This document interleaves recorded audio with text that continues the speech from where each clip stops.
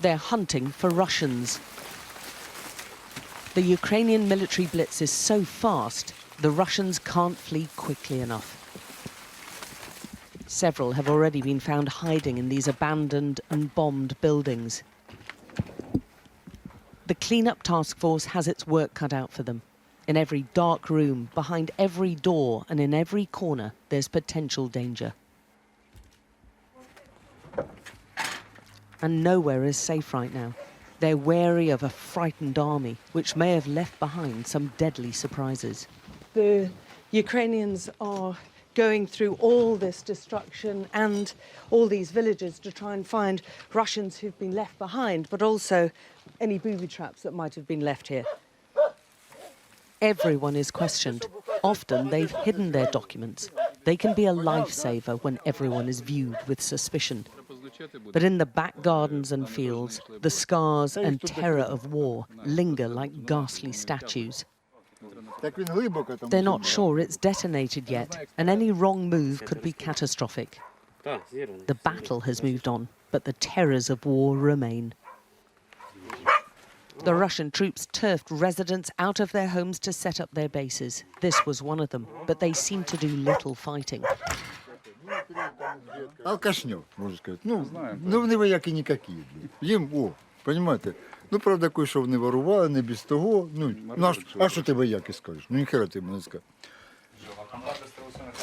And every home they've taken over is like this. A chaotic scene of troops who lived in squalor. They took over flats, and they commandeered apartments. All the signs point to an ill-disciplined group. We found human feces on this carpet floor, and they fled in a panic. More bottles of alcohol. Looks like they left in a real hurry. Still some patties on the pan. And they apparently abandoned colleagues who weren't quick enough. Хто заблудився, в кого навігації нема. І попадають прямо до нас в руки. Їм діватися нема куди, в лісі холодно. Їсти хочуть. The Russians abandoned vehicles and so much more. They left quickly, but a lot of weapons, they stay here. A lot of weapons. They left behind. Yes, anti-tank weapon. And the level of destruction is quite staggering. Всюди, де є Росія, всюди все зруйновано. Всюди. Не тільки б'ють по цьому, плюс ракети ще б'ють по мирному. The bombardment left a trail of death and fear, especially for elderly residents like Tatiana. It's left every living thing terrified. She and her neighbours buried her husband outside their home as the shelling continued around them. Part of her died when she lost her soulmate. Я була на 20 кілограм більше, в мене діабет. І тому це вам не передати, як переживав і щас боїмося. And there are claims of war crimes too.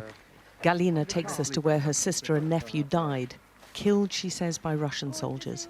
She's looking for what remains of their possessions.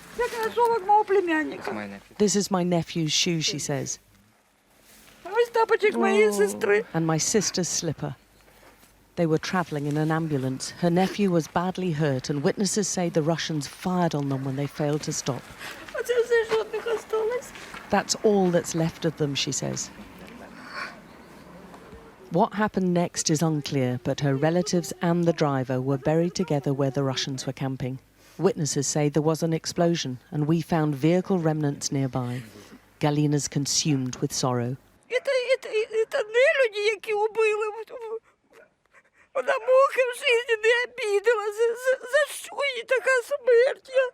Я не знаю.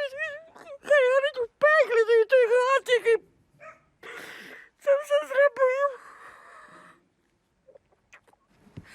The torment of what's happened here will last long after the troops have left. Alex Crawford, Sky News in Yampil, East Ukraine.